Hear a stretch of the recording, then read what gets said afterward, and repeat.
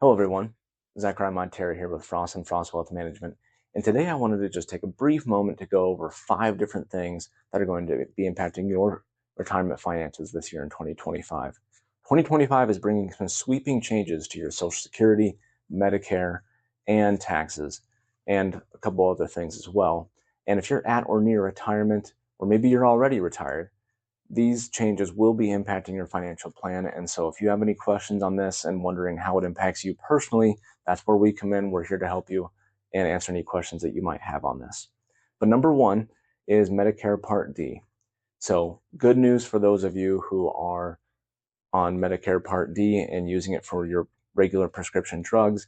They've eliminated the so-called donut hole. That was where you would pay about $2,000 with some sort of co-insurance amount, and then you're paying everything out of pocket up to about $8,000. That donut hole is gone. They've eliminated it. Now your maximum out of pocket is $2,000 for 2025, and that's already in effect. So that's good news for those of you on Medicare Part D.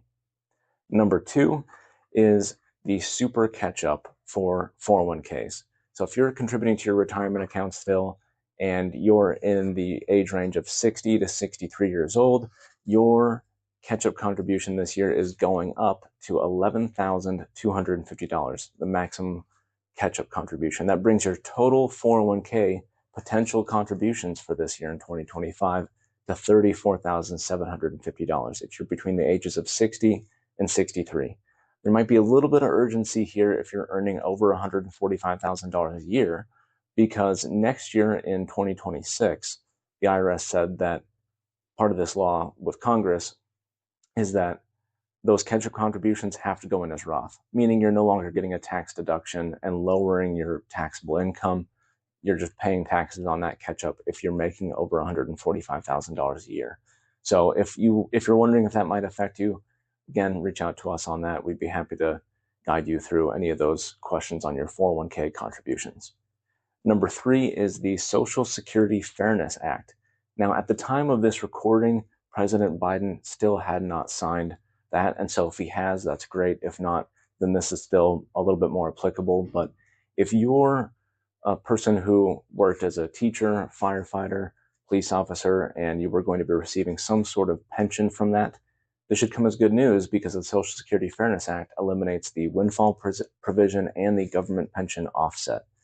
And what that did was lower your amount of Social Security that you would be receiving, if any at all, and all of that would be completely going away, which would mean more in payments for those who are already filing and receiving Social Security, who were affected by that government pension offset.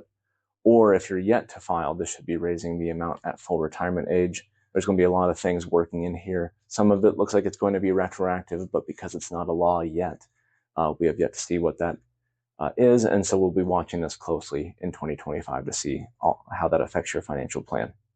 Number four is beneficiary RMDs, specifically for those who have inherited a retirement account from a non-spouse person who had passed away between 2020 and 2023. So if one of your loved ones or friends passed away between 2020 and 2023, and you inherited one of their accounts and you were not their spouse, then you have not had to take a required minimum distribution. The IRS had waived that for the last couple of years. Now, 2025 is the first year you will be required, in addition to the 10-year rule. There's a couple more intricacies to this, so I would definitely urge you to get with us and see if this applies to your personal situation. It's going to be something that we're watching for all of our clients and beneficiaries who have received inherited IRAs over the last couple of years. We'll be calculating that for you already. And so if you have any questions on that, get with us and we'll guide you through that. Lastly is the Tax Cuts and Jobs Act. President Trump, when he was president in his first term, passed this law that lowered the income tax brackets by a couple percent for everyone, and also changed a couple of the things like the standard deduction, the federal estate tax limit, and also the corporate tax rate. Well, if Congress does nothing, as of right now, the Tax Cuts and Jobs Act portion that applies to us individuals on the individual tax rates, we're set to expire at the end of this year.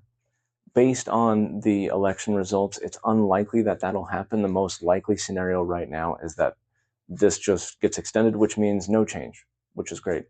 If Congress does not act on this, then our tax rates will be going up next year automatically. They were due to sunset at the end of this year, so we'll see what happens. This is something that we're watching very closely this year, as it's going to be affecting a lot of things from a tax planning standpoint. And if Congress is dragging their feet, or they're just not able to agree on anything, as they might still not be able to, apparently. And if that is the case, then this year might be really one of the last good years we can do a Roth conversion before tax rates go up. So definitely get with us regarding your tax plan and how it affects your retirement on the Tax Cuts and Jobs Act. But our base case right now is that it just gets extended, and we'll be watching to see what happens here through the end of the year.